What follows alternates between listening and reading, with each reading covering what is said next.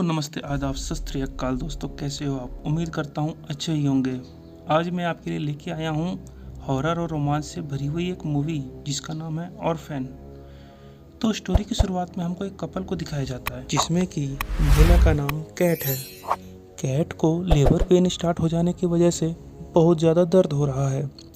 Labour room में जाते वक्त वह नर्स को बताती है कि यह उनका थर्ड बेबी है। तभी उसे ब्लीडिंग स्टार्ट हो जाती है। ऑपरेशन थिएटर में जाते वक्त कैट एक मरी हुई लड़की को जन्म देती है। यह कैट के लिए एक बहुत दुखद घटना है। अगले ही सीन में कैट की आंख खुलती है और आंख खुलने पे हमको सीन में दिखाया जाता है कि यह कैट का सपना था, मगर यह कैट के पास्ट में हो चुका है, इसलिए यह सपना कैट की आदत बन चुका है। इस वजह से दोनों कपल की मैरिड लाइफ बहुत डिस्टर्ब रहती है, जिस कारण कैट अल्कोहल लेती है और अपने ट्रीटमेंट के लिए क्लास सेशन भी लेती है। कैट के परिवार में 2 बच्चे हैं, एक डैनियल जो 12 साल का है और एक लड़की मैक्स जो 5 साल की है। मैक्स हल्का फुल्का सुन सकती है मगर वह कुछ बोल नहीं सकती। अपनी डिस्टर्ब लाइफ के चलते वे दोनों एक नए बेबी को अडॉप्ट करने का प्लान करते हैं और वह एक नियरेस्ट अनाथ आश्रम में जाते हैं। वहाँ पर एक लड़की एस्टर से मिलते हैं। एस्टर 9 साल की है। उसके अच्छे बिहेवियर को और सिंसियरिटी को देखकर दोनों कपल एस्टर को पसंद करते हैं। अनाथ आश्रम की सिस्टर उन्हें बताती है कि एस्टर रसिया से होने के बावजूद भी अच्छी इंग्लिश बोल सकती है। सिस्टर उन्हें बताती है कि जब एस्टर अनाथ आश्रम में गई थी तब उसके पेरेंट्स किसी फायर एक्सीडेंट में मारे गए थे। वह बहुत मुश्किल से बची थी। जब दोनों कपल एस्टर को अपने घर लाते हैं तो 5 साल की लड़की मैक्स उसके साथ बहुत जल्दी घुल मिल जाती है, परंतु डैनियल एस्टर को बिल्कुल भी पसंद नहीं करता है। एस्टर जल्दी ही दोनों कपल्स का ध्यान अपनी तरफ खींच लेती है, जिस कारण डैनियल उसे बिल्कुल भी पसंद नहीं करता। एस्टर के घर आने के बाद कैट को यह सब बहुत अच्छा लगता है और दोनों कपल्स का रिलेशन आपस में बहुत अच्छा हो जाता है। एक दिन सुबह डैनियल अपनी टॉय गन के साथ खेल रहा होता है, तभी गलती से एक पिजन को शूट कर देता है और पिजन नीचे गिर के तड़पने लगता है। तभी वहाँ पर एस्टर पहुँच जाती है। एस्टर पत्थर देते हुए डैनियल को बोलती है कि वह पिजन को मार दे, नहीं तो वह घायल होकर तड़पता रहेगा। डैनियल को यह सब अच्छा नहीं लगता, इसलिए डैनियल उसे मारने से मना कर देता है। तभी एस्टर पत्थर से पिजन को बेरहमी से मार देती है।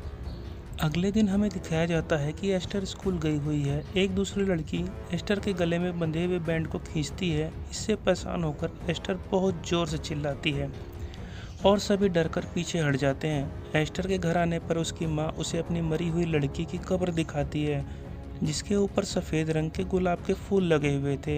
यह देखकर एस्टर रोने लगती है और अपनी माँ का सारा ध्यान अपनी तरफ खींच लेती है। इससे दोनों के बीच में एक बहुत अच्छा बॉन्ड बनना शुरू हो जाता है। रात में दोनों कपल एक दूसरे को समय दे रहे होते हैं, तभी वहाँ एस्टर ये सब देख लेती है। यह सब देखकर दोनों कपल को बहुत ख़राब लगता है। अगले दिन सुबह एस्टर की माँ एस्टर को समझाने की कोशिश करती है। एस्टर से बात करते समय उसकी माँ को समझ में आता है कि एस्टर इन सब बातों में बहुत ज़्यादा मैच्योर है। इतनी कम उम्र में यह सब जानने से उसकी माँ चौंक जाती है। अगले दिन जॉन एस्टर को घुमाने के लिए लेकर जाता है, जहाँ पर उसके स्कूल की वह दूसरी लड़की होती है जो उसे परेशान करती थी। एस्टर उस लड़की को कुछ देर तक घूरती रहती है और उस लड़की को झूले के ऊपर से धक्का दे देती है, जिससे लड़की का पैर टूट जाता है। रात में डिनर करते समय जब उसके पापा उससे पूछते हैं तो एस्टर बताती है कि वो दोनों तो केवल खेल रहे थे और मैक्स भी इशारे में बताती है कि वह उसने जानबूझ के नहीं किया था, वह एस्टर से गलती से हो गया था। डैनियल इन सब बात को सुनकर एस्टर से बदतमीजी से बात करता है, जिससे उसके पेरेंट्स उस पर गुस्सा करते हैं। डैनियल के इस बिहेवियर को देखते हुए जॉन उसके खेलने का प्ले हाउस बाहर से लॉक कर देता है। इधर सिस्टर का कॉल कैट के पास आता है, जिससे कैट सिस्टर को उसके बिहेवियर के बारे में बताती है और सिस्टर कैट के घर एस्टर से मिलने के लिए आती है। सिस्टर दोनों कपल्स को बताती है कि हम एस्टर के बारे में ज़्यादा कुछ नहीं जानते हैं और पिछले दिनों जो भी अनाथ आश्रम में हादसे हुए हैं उस समय एस्टर वहाँ प्रेजेंट पाई गई है और कोई एस्टर पर शक भी नहीं करता, क्योंकि वह बहुत सफाई से बच निकलती है। तो फिर यह सब बात सुनकर कैट बहुत ज़्यादा परेशान हो जाती है, मगर जॉन को इन सब बातों से कोई फ़र्क नहीं पड़ता। इधर एस्टर सिस्टर की बातें चुपके से सुन रही होती है। इसके बाद एस्टर तुरंत मैक्स के पास जाती है और उसे बेवकूफ़ बनाकर जॉन के स्टडी रूम में चली जाती है। वहाँ से वह डैनियल के प्ले हाउस की चाबी और जॉन की बंदूक ले लेती है।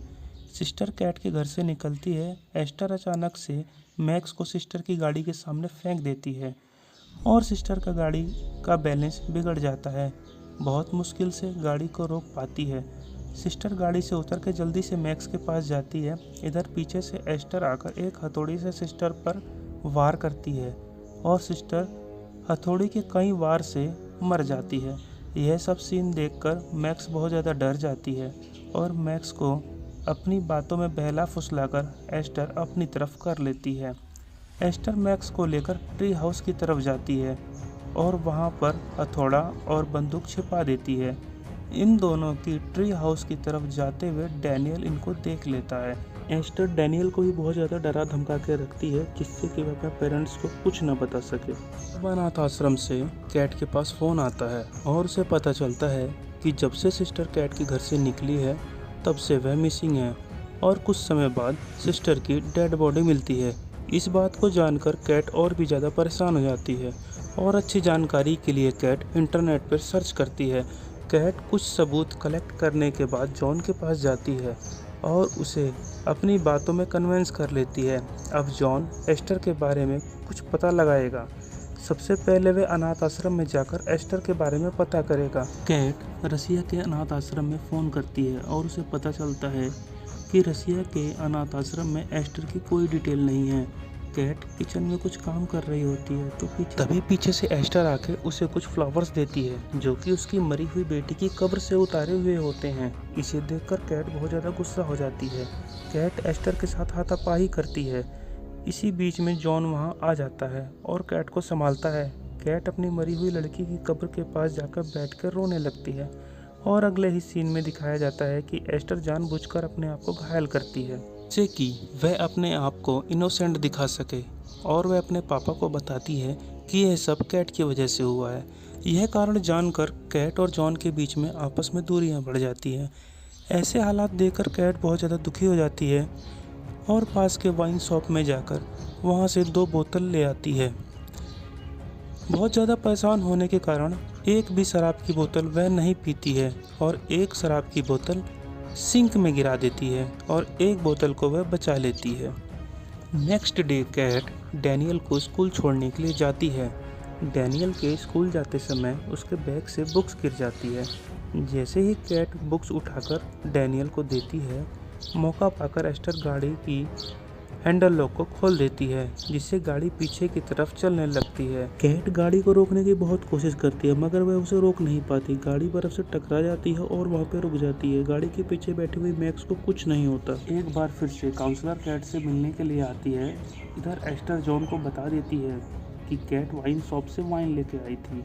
इसके कारण दोनों मिलकर कैट को नशा मुक्ति केंद्र भेजने का सोचते हैं और इस बात पर कोई भी कैट का विश्वास नहीं करता कि शराब उसने नहीं पी है।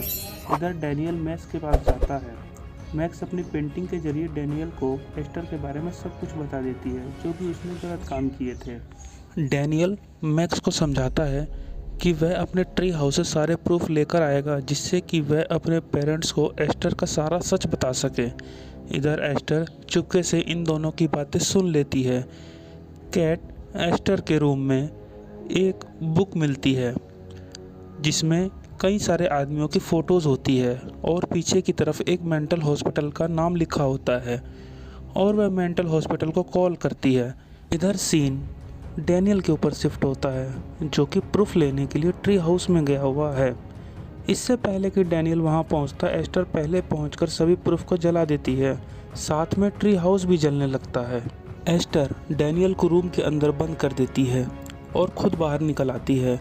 डैनियल खुद को बचाते हुए छत के ऊपर आ जाता है। फायर बहुत ज़्यादा होने के कारण डैनियल ट्री हाउस से नीचे गिर जाता है और बेहोश हो जाता है। दूर खड़ी कैट आग को देख लेती है। एस्टर डैनियल को बेहोश देखकर उसके सर पे पत्थर मारकर उसकी जान लेने की कोशिश करती है। तभी मैक्स वहां आकर डैनियल को बचा लेती है और कैट भी वहां पहुंच जाती है। जल्दी से कैट डैनियल को लेकर हॉस्पिटल पहुंचती है हॉस्पिटल में कैट एस्टर की सारी सच्चाई जॉन को बताती है, मगर जॉन इन बातों को नहीं समझता है क्योंकि वो एस्टर पे पूरी तरीके से विश्वास करता है। तभी एस्टर मौका पाकर डैनियल को फिर से मारने की कोशिश करती है, मगर डैनियल फिर दोबारा बच जाता है और कैट एस्टर के पास जाकर उसे बहुत तेज़ी से थप्पड़ मारती है, क्योंकि वह अच्छे से समझ चुकी होती है कि यह सारा किया कराया एस्टर का है। तभी जॉन बहुत तेज़ी से आकर एस्टर को बचाता है और एक नर्स पीछे से आकर कैट को बेहोशी का इंजेक्शन लगा देती है। कंडीशन कुछ नॉर्मल होने के बाद जॉन एस्टर और मैक्स को लेकर अपने घर चला जाता है और जॉन अपने घर पर पहुंचकर वाइन पीने लगता है। तभी एस्टर कुछ बोल्ड कपड़े पहने हुए जॉन के पास आती है और अपने पिता को सेड्यूस करने का कोशिश करती है। तभी जॉन एस्टर पर बहुत गुस्सा करता है और एस्टर को अपने से दूर कर देता है। एस्टर भी जॉन के ऊपर गुस्सा करती है और अपने रूम में चली जाती है। तभी कैट के पास रशियन मेंटल हॉस्पिटल से कॉल आता है। डॉक्टर एस्टर के बारे में कुछ सच्चाई बताते हैं। तभी डॉक्टर कैट को बताते हैं कि एस्टर का रियल नेम एरिना क्लेवर है और बताते हैं कि एस्टर कोई 9 साल की बच्ची नहीं है, वह तो 33 ईयर्स की एक मैच्योर लेडी है। एस्टर को खास तरीके की बीमारी है जिसमें कि उसके शरीर का विकास एक नॉर्मल इंसान की तरीके से नहीं होता। वह अभी भी 9 साल की बच्ची की तरह दिखती है, परंतु उसकी बुद्धि का विकास एक 33 ईयर्स मैच्योर लेडी की तरह हुआ है। उसे एक हार्मोनल डिसऑर्डर बीमारी है। अपनी सारी ज़िंदगी में उसने 9 साल की बच्ची बनकर सबको बेवकूफ़ बनाया है और कई मर्दों को अपना शिकार बनाया है। डॉक्टर कैट को बताता है कि एस्टर उसके हॉस्पिटल की सबसे शातिर पेशेंट थी। उसने कम से कम 7 से 8 लोगों का मर्डर किया है। अपने पिछले परिवार में उसने अपने पापा को सेड्यूस करने की कोशिश की थी, जिसके मना करने पर एस्टर को गुस्सा आ गया था और उसने अपने पूरे घर को आग लगा दी थी। डॉक्टर कैट को समझाता है कि वह तुरंत पुलिस को फ़ोन करे। इधर अगले ही सीन में दिखाते हैं कि एस्टर अपने गले में और हाथ में जो रिबन पहनती थी उसे खोल देती है। उसके गले पर और हाथ पर कुछ चोट के निशान पड़े थे। इसे छिपाने के लिए वह अपने गले पर रिबन पहनती थी। अब एस्टर का असली चेहरा दिखाया जाता है। तभी जॉन एस्टर से बात करने के लिए उसके रूम में जाता है। वह देखता है कि एस्टर के रूम में कुछ अडल्ट पोस्टर लगे हुए हैं और जैसे ही जॉन उस रूम से बाहर निकलता है, एस्टर पीछे से आकर उस पर चाकू से कई वार कर देती है और जॉन वहीं मर जाता है। एस्टर जब जॉन को मार रही होती है तो यह सब करते हुए मैक्स उसको देख लेती है और अपने रूम में जाकर छुप जाती है। इधर कैट बहुत तेज़ी के साथ अपने घर पहुंचने की कोशिश करती है और वहां पहुंचकर जॉन को मरा हुआ पाती है और बहुत रोती है और वह मैक्स को ढूंढने लगती है। तभी एस्टर कैट को गोली मार देती है और कैट जख्मी हो जाती है। तभी मैक्स एस्टर से बचते हुए ग्रीन हाउस में जाकर छुप जाती है और एस्टर मैक्स को मारने के लिए उसे ढूंढती है। किसी तरीके से कैट छत के ऊपर चढ़ जाती है। कैट छत के ऊपर का शीशा तोड़कर सीधा एस्टर के ऊपर कूद जाती है। इतनी ही देर में वहां पुलिस पहुंच जाती है, जो कि कैट ने अपने घर पहुंचने से पहले पुलिस को फ़ोन करके बुला लिया था। कैट एस्टर को बेहोश देखकर मैक्स को लेकर वहां से जा रही होती है, मगर फिर वहां बाहर से एस्टर कैट के ऊपर चाकू से फिर से अटैक कर देती है। उस पर बार बार अटैक करती रहती है। कैट एस्टर से लड़ने में बहुत कमज़ोर पड़ रही होती है, क्योंकि एस्टर ने उसे पहले ही गोली से मारकर घायल किया हुआ था। तभी मैक्स गन को उठा लेती है और फायर कर देती है। गोली एस्टर को ना लगकर बर्फ़ में जाकर लग जाती है।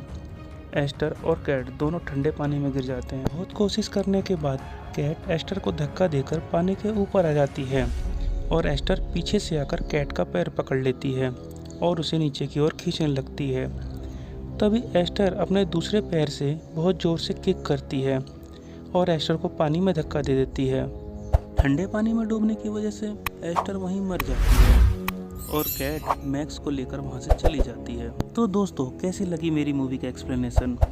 तो मिलते हैं नेक्स्ट वीडियो में एक नई मूवी के साथ। Bye bye.